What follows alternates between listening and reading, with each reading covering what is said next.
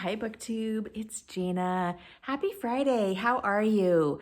It's gray and rainy here in the Pacific Northwest, and this is what we have to look forward to for a while now. So I thought it would be fun to just cheer myself up because this weather is always a little difficult for me by sitting down and chatting with you. It's been a while. I'm trying to get myself back into a regular BookTube routine. It's been such a weird year that I am trying and not successfully getting back in the swing of things. But I have read some really fun books. I think I told you about a couple of them last time we talked, and I wanted to tell you what I have finished because this is the Art History Mystery Series, and I finished this 7-book series like a couple weeks ago, so it was in October,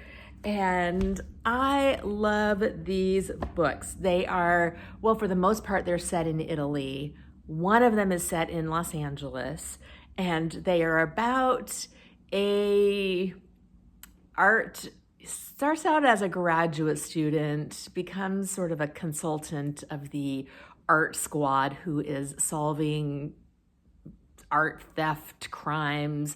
There's usually a murder involved, and the art squad has to get involved. And they're just really, really fun books. I think they're not for everybody. The writing style is a little bit not in depth. So you don't get a ton of setting, you don't get a ton of character development. You get some plot, but everything's sort of set from a distance. And I did see some negative reviews in Goodreads about that, but I love it. I love it. I love that it's set in Italy. I love that now I've been to Italy since I read these last. I think I talked about this last time. And so I know some of the places that they're referencing, which is really fun. I'm not going to talk about every individual book because that would just take way too long. And you know me, I like to keep my videos short. But I love this book. Probably my least favorite. Let's just talk about that. So they're all 5-star for me, except for this one, which is 4-star. This is Giotto's Hand, and that's a pretty cool cover. This one's actually there's only 7 books. One set in Los Angeles. This one is set in England. And what I don't like about this book is the plot device of the puppet master, the bad guy puppet master sitting on the outside of everything and controlling everything. I just find it so unbelievable because nothing ever works the way you really want it to. And so to think that somebody could be controlling everything to that extent, I don't find that plot device to be believable. And I found it a little unbelievable in this book too, but I still loved it. It introduced a really, really great character who I absolutely adore and who is in the rest of the books too.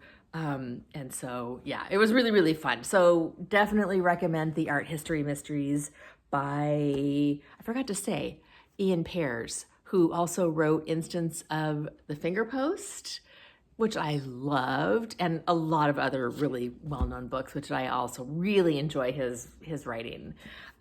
Next, I read this book. I think I mentioned this last time I talked to you. This is Having People Over, nonfiction by Chelsea Fagan, who is the CEO of The Financial Diet on YouTube. Financial Diet is a really great channel all about wealth building, finances, primarily geared at millennials, so I am not the target audience, but I love this book. I love the cover.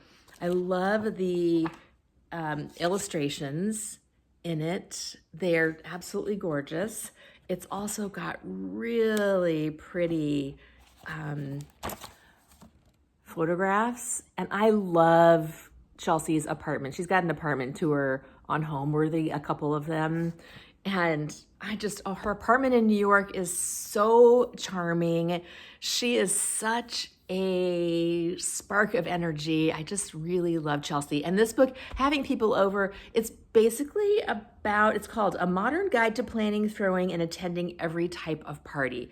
And it's really trying to address, yes, the details about having people over, how to cook things, how to clean things, how to get your apartment ready, but it's also about building community and why the younger generations now are really struggling with building community. So on the surface, it's really fun about hosting, but there's this other level, which I found really, really interesting about challenges that younger people nowadays are facing when it comes to hosting, having people over, building community. And I saw her, she's doing a book tour right now, and I went to the Williams-Sonoma in Seattle, and she made little snacks and she talked about the book. It was a really, really fun event. I actually went by myself and got some dinner afterwards at Joey, which is a really fun little restaurant downtown. Not downtown, in the U District.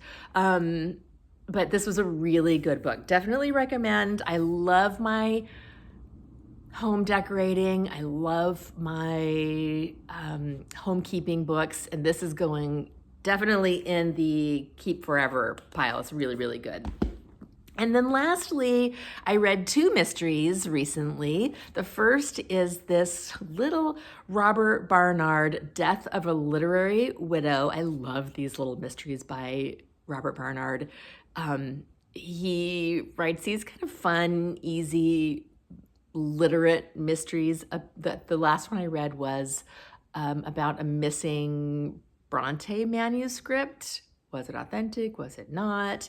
And this one is about 2 old ladies who hate each other but live together. They are the ex-wives of the same man, and they share a house on different levels.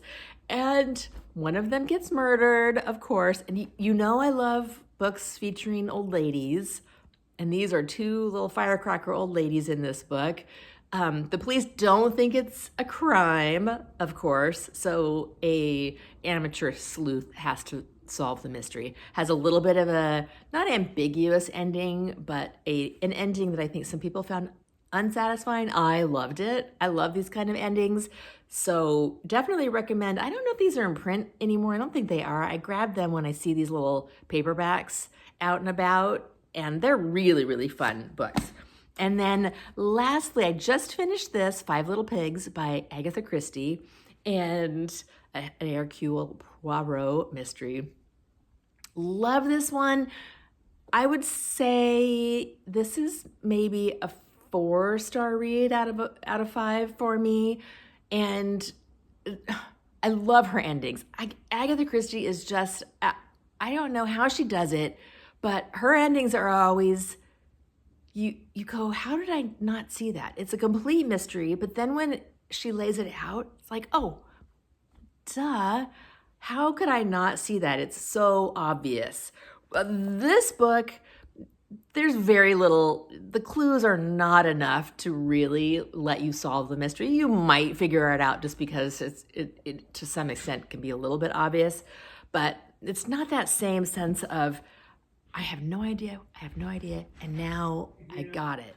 So I love this book. Now, what I didn't love about this book is the plot device in this one is the same story told multiple times from multiple different points of view. So it goes over, it's 5 people who tell Poirot the story, and then he asks them to write the story down and tell it to him in writing, which they all do. So you hear it from them, then you see it written from them, and I just find it a little bit tedious. Not enough to not like the books, I still loved it, but at a couple points I was like, oh God, we're hearing the same thing again, which is important because when you hear the same thing again, that's where the clues obviously lie. The funny thing is actually that the Iain Pears book that I referenced, The Instance of the Finger Post, has this same plot device. I loved it in that book where different people tell you the same story, or talk about the same event from their perspective. I loved it in that book. I didn't love it as much in this book, but I still loved it. So that is what I've been reading. I just started a book called, oh gosh, what's it called? It's a mystery set in the 1400s in a convent, and somebody just got murdered. And it is, I think it's called A Novice's Tale. I'll put it in the description. I don't remember. I'm really enjoying it. It's a lot of fun. So yeah, that's what I've been doing. I am going to enjoy the weekend. I've got some friends coming over on Sunday for a little get together, and then I've got another friend's birthday dinner on a Monday. So it's going to be a fun weekend. And yeah, so let me know what you are reading, and I will talk to you later.